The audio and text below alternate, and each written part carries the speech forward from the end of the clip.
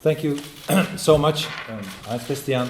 Thank you for inviting me to Vienna. I'm very proud to be invited to this beautiful country, this beautiful city, and this great party which is led by Hans Christian Strache, the FPÖ. And indeed, I will, if you allow me, speak in English. Tonight, at the Hofburg, I will try to do it in German, but only after Hans Christian promised me that next time in Holland he will do it in Dutch. So I invite you all to come to that meeting as well. I think we have a lot in common. Of course, there are also differences between FPÖ and the Party for Freedom, but we have so much in common. We are both parties that are not afraid to tell the truth, even though it's not always very popular among the political elite or with the press. We both are very much in favor of the preservation of the nation state of our own countries. We are both against cultural relativism. We believe that our culture is better, and last but not least, we speak out when it comes to fighting the mass immigration that Europe and our country faces. So I'm very proud to be here, to be invited, and I will speak about terrorism, Islam, tonight at the Hofburg. Maybe shortly, and then I think it's better for me to answer your questions if you have any questions, is that I believe that the problem we face today, the elephant in the room that is ignored by so many politicians, academics, journalists, is called Islam. Islam brings and brought in the last decades to our Western countries, unfortunately, a lot of problems.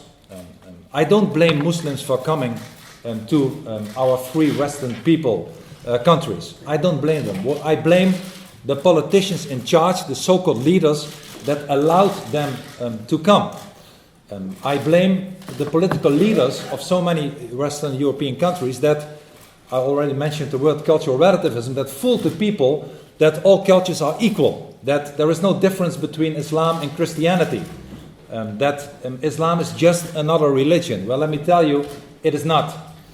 To give you one example, if anybody wants to leave Islam, it's not allowed. The penalty is death, which is a difference than from Christianity and any other real religion. So it's a non-free, totalitarian ideology that we imported to Europe, to the West, and that is totally contrary to anything that has to do with freedom and democracy. And indeed, if you speak out, as I do, as Hans Christian does, you will pay a price. You will either get a fatwa, you will be taken to court, you will have people will call you a racist or anything else, which all, of course, is not true.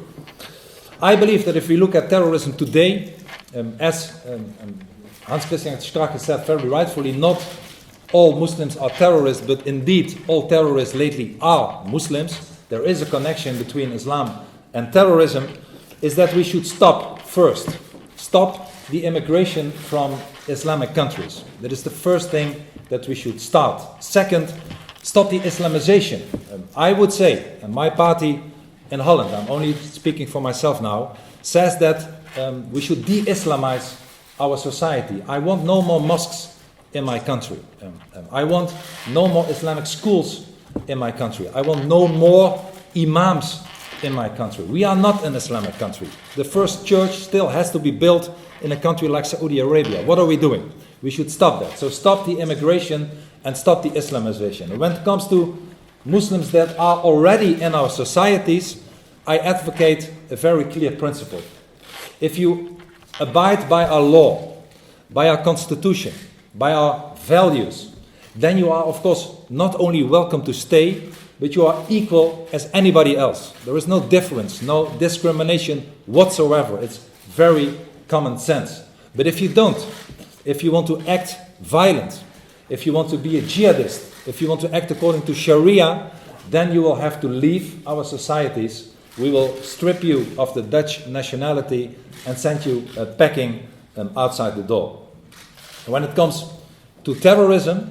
You know perhaps that one of the policies of many countries, most of the countries in the West, I believe there's even a UN resolution about that issue, is that Western governments prohibit jihadists to go to Syria or to Iraq or any other country where there is an Islamic war. And they don't jail them, at least not in my country. They just take their passport and prohibit them to go. And if they go anyway, they let them return. And I believe that policy should be changed. It's the most stupid thing you can do. If a jihadist wants to leave Holland or Austria or any country, let them go. But never let them return. It's the only way that we should deal with. Either you prevent them for leaving and jail them, but if you don't, let them go. I'd rather have nobody commits a crime, but if you commit a crime, I'd rather have it being done in Syria or Iraq than in my own country.